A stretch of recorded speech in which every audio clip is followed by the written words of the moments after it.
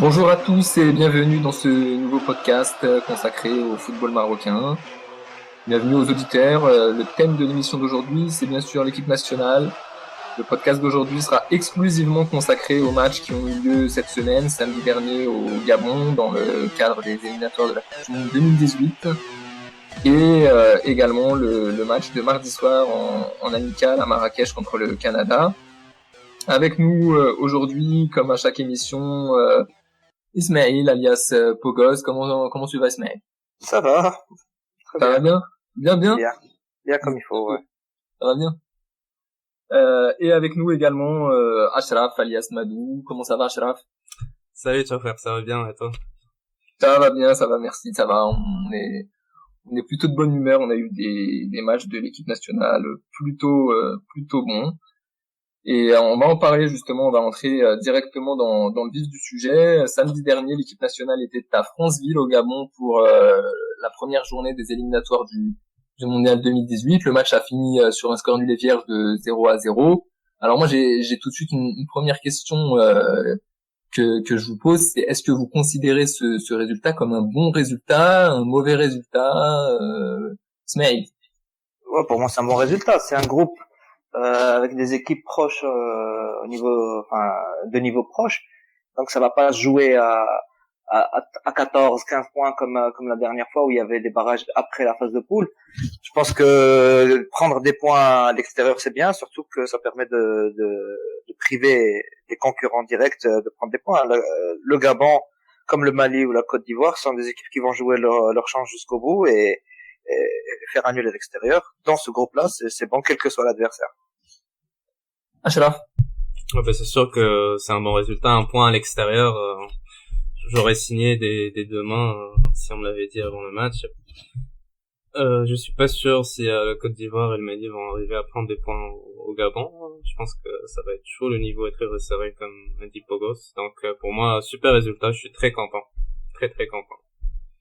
Ben, pour ma part, je trouve que c'est pas vraiment un bon résultat parce que moi j'ai l'impression, j'ai le sentiment à la fin du match qu'il y avait la place d'aller chercher la victoire comme au Cap-Vert. Il y avait la place, il y avait un truc qui fait que le Gabon, on ressent que le Gabon est une équipe fébrile et que il y avait la place de rentrer comme dans du beurre dans leur défense et que on l'a pas fait.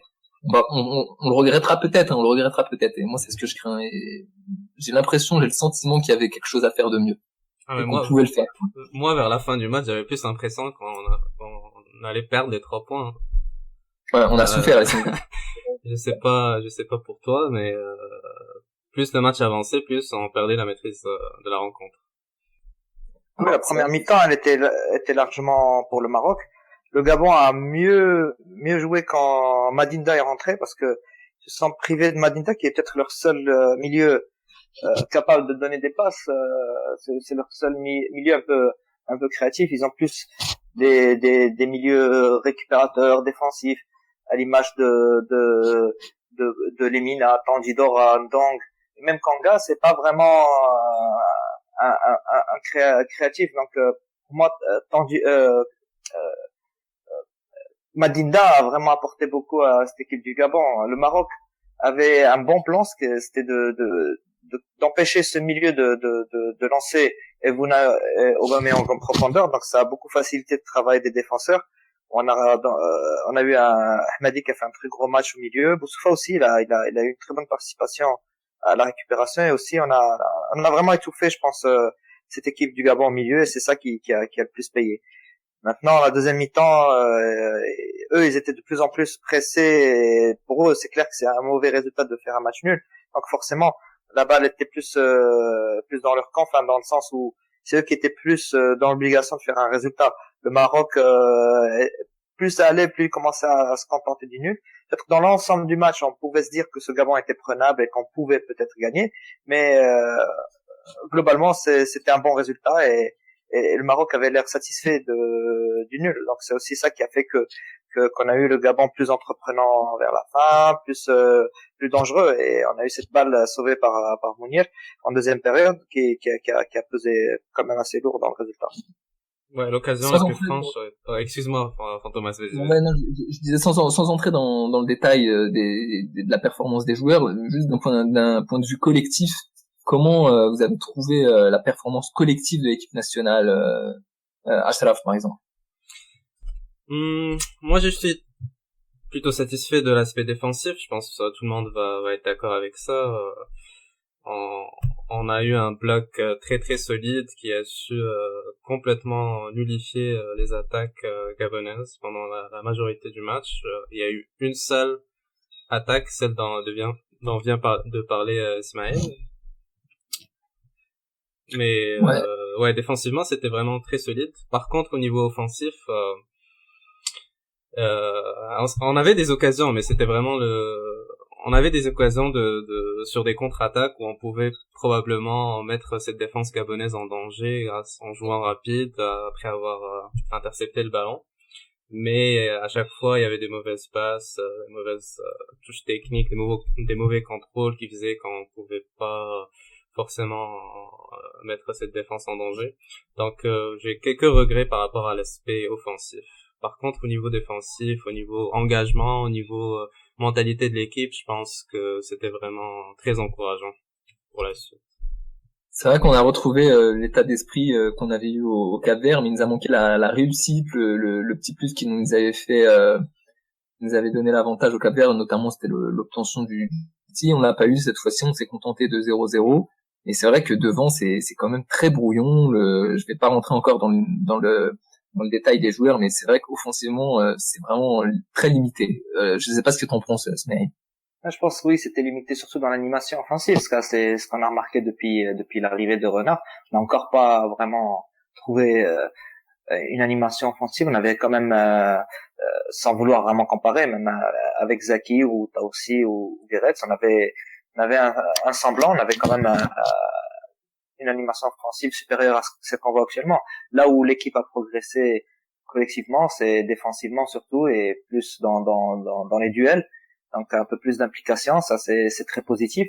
Maintenant, ce qui est paradoxal dans ce match au Gabon, c'est que en première mi-temps, on avait peut-être un peu plus de maîtrise dans l'ensemble, mais on était moins dangereux en attaque. Et l'entrée de Nsaïra à la place de l'Arabie a quand même apporté plus de danger, même si on avait moins de maîtrise dans cette deuxième mi-temps.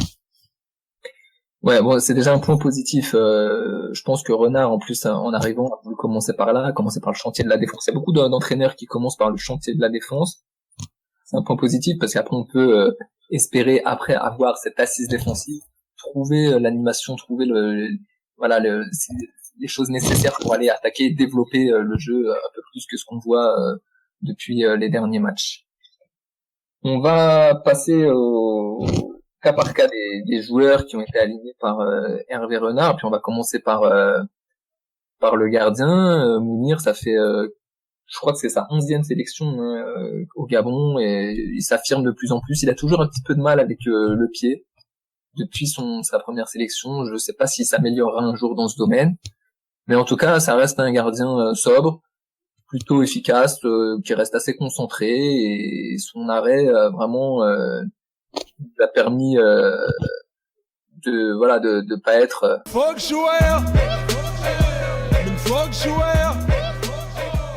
voilà, il nous a sauvés.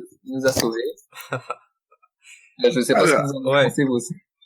Il y a eu quand même pas mal de matchs où dans l'histoire du Maroc où l'adversaire a eu une seule occasion et il nous a battus par cette occasion-là. Et là depuis quelques matchs là avec Mounir, je pense que cette occasion-là n'est pas synonyme de but. Donc ça c'est un plus quand même important. Et bon, on n'a pas encore vu dans des matchs où il est très très sollicité, c'était pas le cas au Gabon, mais quand même pour la seule fois où il a été sollicité, il a fait le boulot.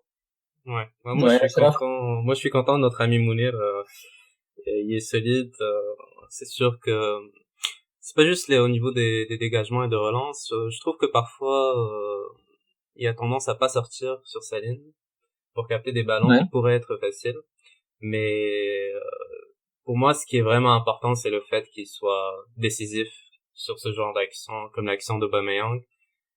C'est ça qui va nous ramener des points à l'extérieur, c'est ça qui va nous ramener des points même à domicile. Et moi, je suis vraiment content qu'on ait un gardien comme ça. Pour moi, c'est le titulaire indiscutable en équipe nationale. Effectivement, sa qualité première, c'est la concentration. Il arrive à rester bien concentré dans son match. Et puis, faut savoir que, comme on le répète souvent, l'équipe du Maroc ne pourra se qualifier à la Coupe du Monde qu'avec un gardien performant. On aura aussi besoin d'un avant-centre qui marque. Et là, on a déjà un des deux, on a déjà le gardien performant. Par contre, je voulais rectifier une petite chose que j'ai lue sur les réseaux sociaux ces derniers jours. C'est on a lu Mounir, enfin un gardien qui est à la hauteur. Nadir El-Miarri a fait 3 campagnes de Coupe du Monde, 2006, 2010, 2014, avec des bons matchs en Afrique noire. Je me rappelle d'un match en Gambie la première journée, justement comme ça là au Gabon, il fait un double arrêt décisif à la 85e minute, mais vraiment spectaculaire. Et première journée au Cameroun où il avait joué, c'était la deuxième journée, mais il avait joué la deuxième journée au Cameroun, c'était son premier match. Il avait fait un très bon match au Cameroun, Nadir El-Miarri. Miarri, il a une étiquette sur la tête, donc bon, on va pas rentrer dans ce débat. Après, il va jouer, il va enfin payer peut-être le prix de. Il a aussi côté de l'image qu'il donne. Mais pour revenir à Mounir, ses sorties, ça me rappelle aussi un peu Amsef, et peut-être le point commun entre Amsef et Mounir, c'est la communication avec la défense. Par exemple, par rapport à Bounou, qui peut parler avec tous les joueurs, que ce soit en français ou en anglais ou en arabe.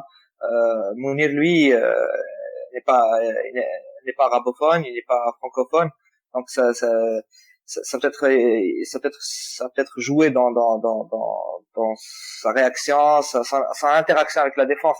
Et pour sortir, il faut peut-être aussi savoir communiquer avec sa défense pour coordonner ça, pour pas se surprendre. Donc c'est vrai que ça nous avait peut-être coûté le but en Libye, même si bon, Benatia est le premier fautif dessus, mais faudrait voir peut-être après sur le long terme. Bounou a aussi fait un très bon match face au Canada, donc dire que Mounir est indiscutable, je sais pas, c'est l'état de forme du moment qui fait qu'aujourd'hui il est difficile d'enlever Mounir, mais on n'est pas à l'abri demain d'une erreur, etc. Donc il n'y a pas vraiment d'indiscutable pour moi ce poste. Pour l'instant, on a deux gardiens de niveau comparable qui jouent tous les deux dans le même championnat en deuxième division espagnole et qui pour l'instant donnent satisfaction.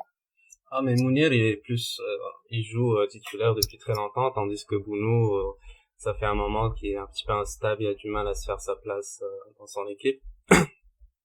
Donc je pense il y a eu une deuxième moitié de saison dernière compliquée parce qu'il repartait et quittait ce club. Donc après, peut-être que le club préparait la relève. Mounir, lui, par contre, n'était pas titulaire indiscutable la première saison où il évoluait en D2 en même temps que Bounou. Donc peut-être que sur l'ensemble du temps passé par Mounir et Bounou en D2, peut-être qu'ils ont joué le même nombre de matchs. Hein.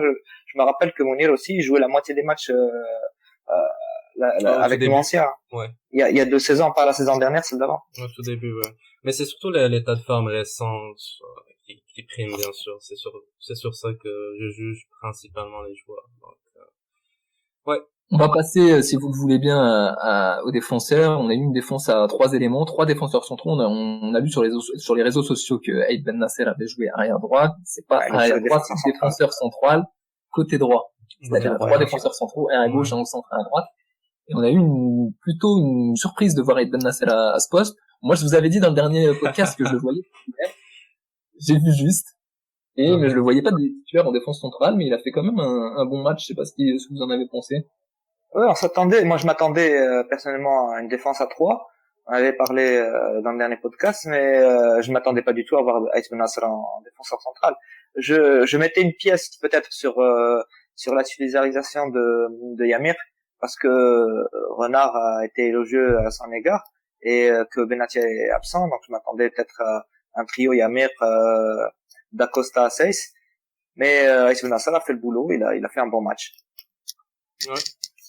Bah allez, je vais te faire plaisir, Font Thomas, t'avais raison pour Aïd Ben Nasser, ça a l'air d'être un bon joueur. Donc je pense que c'est lui qui s'est le plus illustré dans cette défense à 3. Il a eu, je pense, quelques duels remportés très clairement contre Aubameyang, très rassurant. Ce qui est intéressant, c'est la taille chez Aïd Ben Nasser. Beaucoup de duels de tête remportés notamment. Oui, tout à fait. Honnêtement, ça a l'air d'être un joueur avec beaucoup de qualité. Alors, j'espère que c'est pas juste un match où il a été très bon et qu'il va pouvoir continuer sur cette voie. Ouais, on espère qu'il y aura de la continuité chez ce jeune joueur. Dacosta, plutôt... En fait, chez Dacosta, j'ai remarqué, bon, comme d'habitude, beaucoup d'engagement. même, je dirais plutôt même un excès d'engagement, hein, parfois qui peut être pénalisant. Oui, je suis d'accord. Hein. Ça peut être dangereux. C'est bien, on a des joueurs comme ça avec beaucoup d'engagement, c'est ce qu'on attend d'eux, mais pour moi, ça me fait toujours un peu peur d'Acosta en défense. Hein. Je sais pas vous, mais... Mais pour revenir à H. Benasser, tu parlais de duel gagné de la tête, mais je me rappelle peut-être du premier corner gabonais où il avait été à la ramasse, hein, par contre. Donc, faut pas non plus sombrer dans l'euphorie. Tout n'était pas parfait. Hein. Non, c'était pas je trouvais dans ce trio défensif, j'ai beaucoup aimé Saïs personnellement. Ouais, ça, on a vu un Romain Saïs encore une fois sobre, efficace, intelligent. C'est vraiment c'est presque la classe. C'est pas la classe ce joueur, mais c'est presque la classe. Presque la classe. Mais en parlant des corners, justement, des grands défenseurs, hein, mais il est vraiment plaisant à voir défendre Romain Saïs. Bah, c'est surtout excuse-moi de t'interrompre, mais c'est surtout la faute tactique qu'il fait vers la fin du match. Je sais pas si vous vous en rappelez, mais ça faisait preuve d'une très grande intelligence tactique. Peut-être qu'il y aurait eu des joueurs qui auraient pas fait cette faute, puis ça aurait. Oui, il avait pris un jaune et il était pas dernier défenseur, donc pas de rouge. Ouais. C'était bien vu. Ouais. Alors pour ceux qui se rappellent, on avait eu un Maroc-Côte d'Ivoire en juin 2012 à Marrakech, et El Khaliri fait la même faute à la 90e minute et il prend un carton jaune. Je sais pas si vous en rappellerez, mais peu importe. C'est bien d'avoir des défenseurs de cette intelligence tactique. La défense à 3, j'ai l'impression que Renard il s'en sert un peu pour les matchs commando à l'extérieur, même s'il l'a pas fait au Cap-Vert, mais j'ai l'impression que quand on met une défense à 3, ça pousse les joueurs à s'impliquer davantage. C'est-à-dire que comme c'est un schéma nouveau pour la plupart d'entre eux, parce qu'il y a très peu de joueurs qui utilisent la défense à 3, à 5 en club, j'ai l'impression que ça augmente le niveau de concentration chez les joueurs, et ça c'est important et c'est quelque chose de bénéfique au niveau collectif au final. Moi je trouve que c'est surtout très bien pour les latéraux qu'on a, que ce soit Achraf Lazar ou Dirar qui est un latéral pour Renard. Je pense que ça colle parfaitement. Amrabat aussi joue à ce poste-là en club avec Watford, où il joue aussi avec une défense à 3. D'ailleurs Lazar aussi avec Palermo, ça jouait à trois défenseurs centraux, 4 milieux, il jouait dans ce poste de milieu droit. Je l'ai pas suivi à Newcastle, mais il y a rien à suivre pour l'instant. Ça m'étonnerait pas que ça soit plus le rôle qu'on lui donne, parce que c'était aussi le cas pour Bergdish, il me semble, l'année dernière. C'est des latéraux comme ça qui sont plus offensifs que défensifs, et c'est pas plus mal d'avoir 3 défenseurs qui assurent derrière. Après pour l'animation offensive, je trouve pas que ça soit moins bon qu'un 4-3-3. Hein. C'est quasiment un 4-3-3 en fait, sauf que le 6 joue en défense. Un 4-3-3 avec parce que là on joue en 4-2-3-1 d'habitude avec 2 milieux relayeurs. Là c'est comme si on mettait un 6 derrière eux, sauf qu'ils jouent en défense. Ça change pas énormément, c'est juste que les latéraux montent plus. L'avantage Amrabat, justement, vous l'avez trouvé comment? Parce que moi, pour ma part, voilà, il est un peu dans le même style que Dacosta, c'est-à-dire que ces deux joueurs, j'ai pas peur de le dire, hein, je suis un bonhomme. C'est des bourrins. C'est des bourrins. Ça peut être bien dans certains matchs. On a besoin d'engagement. Il a dans ce match. Il était très propre.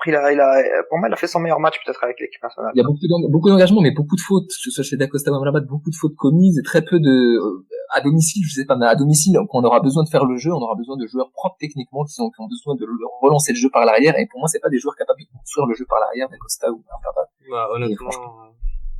Ismaël va peut-être pas aimer ça, mais honnêtement, Amrabat, j'ai l'impression que son match dépend vraiment de l'arbitre de la rencontre. Parce que t'as des arbitres qui punissent les duels un peu physiques, qui sifflent très rapidement, puis t'as d'autres arbitres, genre à l'anglaise, qui laissent jouer s'il y a un duel physique, puis c'est vraiment dans le second cas que Amrabat fonctionne mieux, clairement.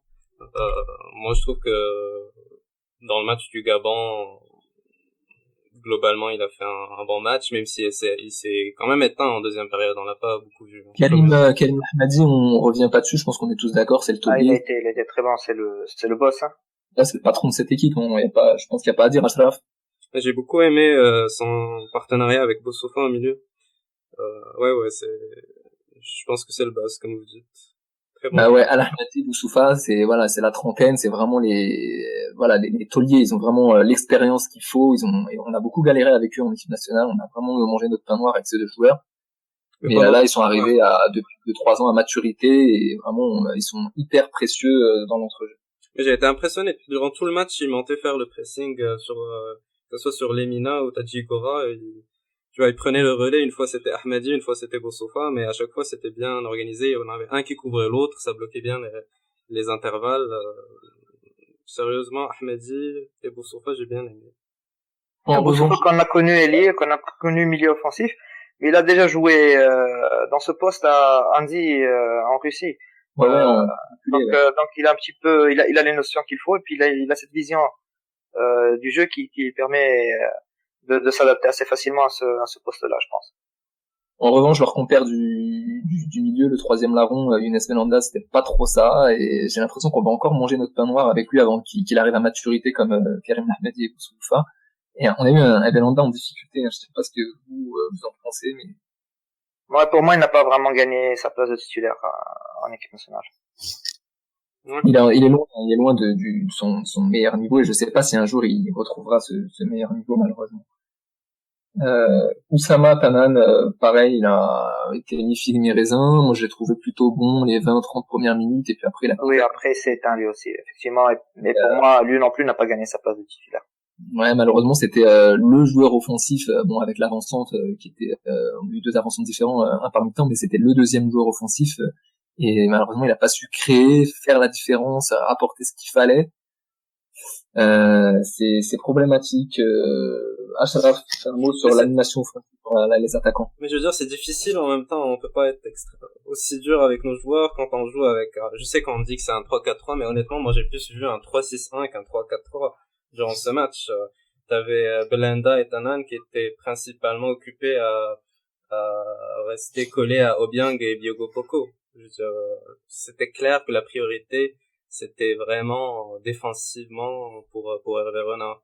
Puis quant à l'Arabie tout seul et scellé devant entre deux défenseurs, c'est très difficile de combiner. Je veux dire, on a vu des combinaisons entre Belhanda et Lazare, et puis on a vu des incursions solo de Amrabat ou de Tanan, et ça s'est arrêté là.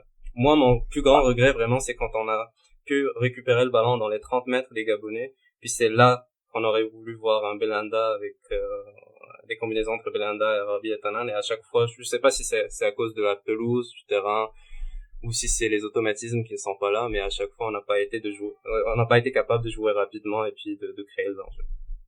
Moi, je pense que aussi Tanan, on attend peut-être trop de lui. C'est un joueur correct, c'est pas un joueur formidable, c'est pas Ziyech par exemple à ce poste où il peut jouer, mais c'est pas ce joueur très technique qu'on avait décrit à Saint-Étienne quand ils l'ont pris. Peut-être qu'ils n'ont pas l'habitude de voir des joueurs très techniques, mais au Maroc on a vu quand même pas mal de joueurs supérieurs à Tanan dans ce registre-là. Et Tanan ce qu'il a de plus, c'est peut-être la puissance physique, cette capacité aussi à tirer de loin, mais pas grand chose au-delà de ça, hein. C'est pas un joueur très rapide, il est pas lent, mais il est pas spécialement rapide, pas spécialement technique pour un joueur offensif marocain.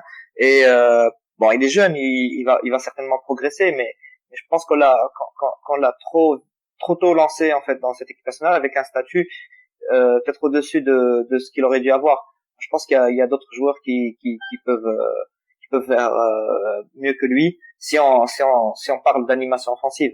Après si on veut gagner des duels physiquement, faire des fautes et casser le jeu, hacher le jeu, oui, c'est peut-être le joueur qu'il faut. Pour le comparatif, Youssef Arabi, Youssef Nasseri, qu'est-ce que vous en avez pensé? Moi, j'ai trouvé Youssef Arabi, bon, première mi-temps, esselé, pas de ballon, mais puis aussi de son côté, pas trop d'appel. Voilà, c'est vraiment moins. Malheureusement, voilà, je sais pas s'il pouvait faire quelque chose de plus. Par contre, Youssef Nasseri, je l'ai trouvé beaucoup plus mobile. Il a gagné des duels aériens grâce à sa taille, donc ça c'est quelque chose. Il a beaucoup pressé aussi, ça a été très utile. Hein. Il a beaucoup dérangé le gardien, la défense adverse. Il les a un peu empêchés de relancer correctement, de construire. Ça a joué aussi. Oui. Je trouvais à l'Arabie, il était en manque de rythme. J'avais l'impression physiquement, il était juste un petit peu trop lent dans tous ses gestes. Genre, une demi-seconde trop lent à contrôler le ballon, à faire son tir, à faire son appel, et ça, dans un match comme ça, bah, ça paie, donc, voilà. Très bien, on va passer au second match. On va parler brièvement du second match des Lions cette semaine. C'était contre le Canada, match amical à Marrakech. On est repassé dans une configuration en 4-2-3-1 avec quelques petits changements, notamment Yassine Bounou qui a pris place dans les buts, Chaffé après qui disputait ses premières minutes sous Hervé Renard en tant qu'arrière droit. On a eu Hamza Mendil pour la deuxième fois en tant que titulaire après le match de Sao Tomé. On a eu la première sélection de Smaïl Haddad et puis on a eu Mehdi Carcella titularisé sur le côté droit de l'attaque. Vous avez pensé quoi collectivement dans un premier temps de l'équipe contre le Canada?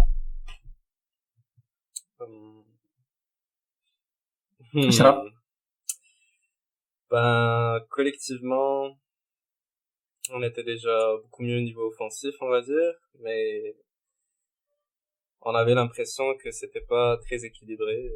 Oh, honnêtement, je sais pas. J'ai l'impression que les joueurs certains joueurs n'ont pas forcément pris ce match beaucoup au sérieux et que du coup, ça s'est vu. On a eu beaucoup d'erreurs au niveau des erreurs individuelles au niveau défensif. Est-ce que tu parles de Hakim Ziyech? Entre autres. Mais j'ai vu aussi, par exemple, des manques. L'erreur, par exemple, que fait Dacosta qui. Ouais.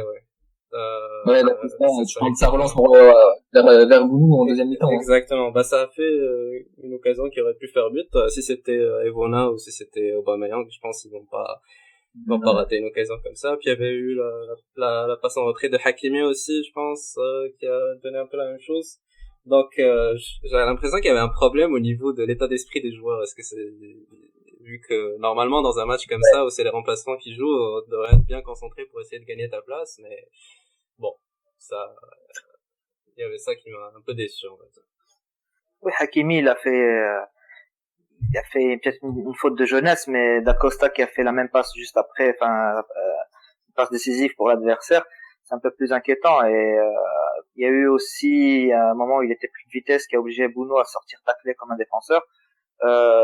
Il y a eu des occasions pour le Canada, il y a eu 2 pénaltys pour le Maroc, il y a eu un but contre son camp aussi, donc peut-être que le score est flatteur, mais peut-être qu'il faut pas s'arrêter au score. Et c'est un match où il y a eu du bon, du moins bon, et il y a eu peut-être un peu de réussite. Puis il y avait un adversaire qui était quand même pas au top, pas au niveau des adversaires qu'on a dans notre groupe. C'est une équipe en reconstruction qui a pas réussi à passer son premier tour de qualification dans une zone continentale quand même beaucoup plus faible que l'Afrique. Mais ce qui est intéressant surtout, c'est d'essayer de donner du temps de jeu à des joueurs. C'est pas vraiment un match où on va analyser, c'est pas un match officiel, c'est pas un match où on va analyser le jeu de l'équipe, mais c'est un match préparatoire et on va attendre les fruits qui vont en sortir plus tard. Ouais, d'ailleurs justement au niveau des joueurs utilisés, on a eu c'est assez revenu ça, c'est un thème qui est assez revenu, c'est les jeunes joueurs. On a eu des jeunes joueurs qui ont été une nouvelle fois alignés par Hervé Renard, notamment en deuxième mi-temps. Et moi, je voudrais revenir sur le mérite de ces joueurs. Est-ce qu'ils méritent d'être ici? Il y en a 2 pour moi qui méritent. C'est les 2 qui jouent en club, c'est-à-dire Youssef Ben Nasser et Youssef Nasseri. Eux, ils ont du temps de jouer en club. Eux, leur club leur fait confiance, donc on a le droit de leur faire confiance. Mais je trouve pas que Hamidet, Hakimi et Mendy ont le droit d'avoir ce temps de jeu, alors que leur propre club leur donne pas ce temps de jeu. Ça, c'est vraiment scandaleux. Et d'ailleurs, on a vu la différence de niveau entre Ben Nasser Nasseri et Mendy Hakimi. Voilà. Après, pour ce qui est des autres joueurs, Yassine Bounou, voilà, il a montré que il pouvait garder les buts de l'équipe nationale à tout moment en cas de défection de Mounier. Le reste, voilà, c'est les attaquants. Mouhaddouz, Alioui, Nasseri. Nasseri, il est bon, il a du temps de jeu, voilà, c'est bien, mais pour moi, il est tendre, il est encore trop tendre. Il me fait penser à Chamak 2003, quand il avait commencé. D'ailleurs, ils ont commencé au même âge, à 19 ans. Et j'ai l'impression que voilà, il est pas encore parfait, il a encore un problème au niveau de la qualité technique des tirs, des passes, des centres. Il est vraiment trop brouillon. Et chez les autres attaquants, Alioui, Bouhaddouz, c'est bien, il y a de la qualité, mais pour moi, c'est pas encore ça. C'est pas, voilà, je reste sur ma faim. Oui, Je sais non, pas c'est si vous... clair qu'En Saïri, on peut pas attendre de lui ce qu'on va attendre de joueurs qui sont confirmés, qui sont arrivés. Là, c'est sa première saison où il commence à avoir du temps de jeu en club, en première division. C'est pas un joueur euh, qu'il faut attendre comme titulaire normalement en équipe du Maroc. Normalement, ça devrait être l'Arabie et Hamdallah qui devraient être les titulaires actuellement, et lui il devrait représenter la relève. Peut-être même Alioui devrait peut-être passer devant lui si on regarde la hiérarchie avant de regarder les matchs. Maintenant, lui, c'est moins choquant parce que c'est un secteur en reconstruction. C'est un secteur où peut-être Renard a raison de chercher des relèves, surtout s'il compte exclure les joueurs qui jouent dans le golf s'ils ne donnent pas satisfaction, ce qui est peut-être le cas de l'Arabie. Maintenant, pour Hamidat, Hakimi et Mendil, c'est clair que c'est beaucoup trop tôt. C'est un cadeau que leur fait Renard, ça c'est évident. Donc c'est pas par le mérite qu'ils sont là, mais plus peut-être par une intuition de l'entraîneur qui veut refaire le coup qu'il a fait avec Bailey, là, qui aime bien rappeler aux interviews. Euh, Maintenant, ce qui me gêne, c'est que si on veut faire des cadeaux et promouvoir des jeunes, il y avait une équipe espoir qui a eu de meilleurs résultats que les U20, qui a fait de bonnes choses, même si elle a été éliminée aux éliminatoires de la Coupe d'Afrique, où il peut piocher des joueurs, plutôt peut-être prendre un Sbahi qui depuis un moment un joueur important du Wydad, qui a été champion du Maroc, qui a joué en Champions League, qui a plus d'expérience que Hamidet à ce poste-là. Peut-être prendre peut-être des joueurs dont on aura besoin à court terme comme Jbira dans ce poste d'arrière gauche, parce que c'est un poste qui n'a pas été vraiment sécurisé, parce que Zahar n'a pas vraiment convaincu à 100%, surtout si on doit jouer à 4 derrière. Comme arrière-droit, il y avait peut-être un Nocef de Wydad qui est aussi devenu plus confirmé. Il a été en équipe olympique, il a joué en équipe nationale très jeune, trop jeune, il n'était pas encore assez prêt, mais depuis il a pris du galon, il a joué en Champions League, il a l'expérience africaine. Donc, peut-être ce joueur-là qui serait peut-être plus intéressant comme doublure que Hakimi ou même que Chebek qui avait été appelé précédemment. Donc, pour moi, ce qu'il y a aussi, c'est qu'il y a ce poste-là, normalement, devait revenir à Shafir après ce qu'on avait vu avec Zaki. Et à la surprise de tout le monde, Shafir a perdu sa place. Il a perdu aussi la confiance et l'assurance qu'il avait en équipe nationale avec ça. Alors, on peut garder des points d'interrogation sur ce poste. Peut-être que Renard n'aime pas trop les trentenaires. Peut-être qu'ils sont trop proches de son âge pour qu'il leur fasse confiance. Donc du coup, peut-être que Shafir, c'est surtout ça le problème. C'est un joueur quand même s'il est plus âgé que la moyenne d'âge voulue par Renard, c'est un joueur qui a commencé tard le football professionnel à cause de ses études, et qui a peut-être encore beaucoup d'années devant lui s'il garde la motivation. Donc je ne pense pas qu'il faille vraiment rajeunir à outrance. On a des échéances qui sont très proches. La CAN, elle arrive tout de suite. Les éliminatoires de la Coupe du Monde ont déjà commencé. Et c'est avec le présent qu'on a sur l'avenir. Et pour moi, les jeunes, c'est bien de les faire jouer, mais c'est bien aussi de leur mettre une barre assez haut pour qu'ils fassent des efforts pour mériter une place. Parce que si on rajeunit pour rajeunir, on va faire jouer une équipe U20 qui n'a pas été capable de se qualifier face à des U20 africains. Quand même, c'est un petit peu dommage. Ashraf, un dernier mot sur ce match contre le Canada avant de conclure. Bah, on n'a pas parlé de notre ami Haddad. Je t'en prie. Le Wydad. Bah, on attendait un peu au tournant.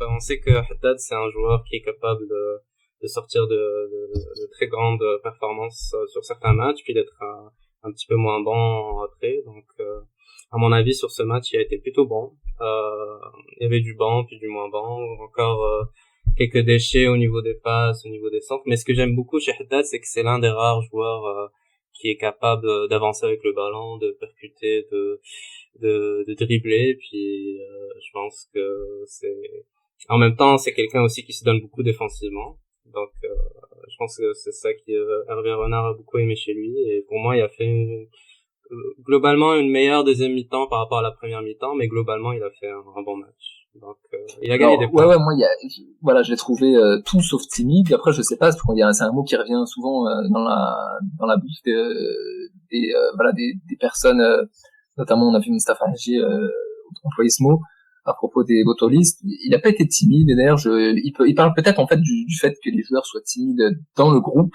dans la vie du groupe, mais sur le terrain, j'ai pas eu l'impression de voir un Haddad timide, et d'une manière générale, j'ai pas l'impression de voir des joueurs de Botola timides quand ils jouent en VPN. On se rappelle de Khaliri, on se rappelle de Shakir, on se rappelle de El Boudi, Saaden quand ils ont joué. Voilà, c'est pas j'ai pas vu des joueurs timides en équipe nationale. Des joueurs de Botola. Ouais, peut-être à l'entraînement ou dans le groupe, comme tu as dit. Dans la vie du groupe, je pense, hein, mais après, je pense pas que. Voilà. Bon, sinon, il y a un joueur sur qui aussi j'aimerais bien dire un mot avant de conclure, c'est Mehdi Carcella, qui a été vraiment. Il a montré ce que c'était ce qu'on attend d'un joueur offensif. Un joueur technique, un ailier technique, c'est ce qu'on attendait effectivement. Voilà. Un joueur offensif, on attend d'un joueur qui soit offensif et pas qui soit je sais pas quoi. Physique. Je sais pas. Est-ce que vous avez quelque chose à rajouter, messieurs, sur ces deux matchs et sur les joueurs en général? Moi, je pense que l'équipe avance. Je pense pas qu'elle progresse d'une façon très très très rapide, mais je pense qu'elle avance et que petit à petit Renard lui quand même fait son groupe. Et c'est plus important, peut-être qu'il n'y a pas les meilleurs joueurs à chaque poste, mais c'est pas forcément ça qui fait une équipe. Il faut qu'il y ait un groupe qui soit cohérent et que l'entraîneur puisse le maîtriser, ce groupe-là, et ça c'est important. S'il arrive à faire ce groupe-là et à peut-être avoir la chance de son côté, parce que quand on a des équipes de niveau proche, il n'y a pas que nous qui bossons, les autres aussi vont bosser, ils vont essayer de préparer leur match, vont essayer de faire de leur mieux, et peut-être qu'il faut aussi avoir un peu de chance pour que ça passe. Moi, je pense que le plus important, ça serait quand même si demain contre la Côte d'Ivoire, on n'avait pas le résultat qu'il fallait. Je pense qu'il faut surtout que du côté de la Fédé, il garde un petit peu cette dynamique et qu'il reste sur le même entraîneur, qu'on n'aille pas changer d'entraîneur à la veille d'une CAN ou même après une CAN si demain la CAN est mauvaise, même s'il y a des exigences de résultats. Il faut essayer de bosser sur du long terme, parce que c'est surtout ça qui nous a fait défaut ces dernières années. Il y a des équipes qui n'ont pas un effectif supérieur au nôtre, qui ont des meilleurs résultats que nous. C'est une question de stabilité, c'est une question de confiance. Même si le capitaine se trompe, on va laisser faire ses erreurs plutôt que de ramener quelqu'un d'autre qui lui aussi de toute façon va se tromper sur X ou Y. Ouais. Très bien. Parfait. Moi, je voulais juste saluer l'état d'esprit des joueurs. J'espère qu'on va garder cet état d'esprit pour le match contre la Côte d'Ivoire. Voilà. Merci à vous, messieurs. On va conclure sur ces très belles paroles. Et puis, c'était un plaisir une nouvelle fois de discuter avec vous cet après-midi. On se donne rendez-vous une prochaine fois, très bientôt, j'espère. Et n'oubliez pas, les chers auditeurs, de partager la vidéo, le podcast, de liker. Merci à vous et à bientôt. Au revoir, messieurs. Au revoir. Au revoir.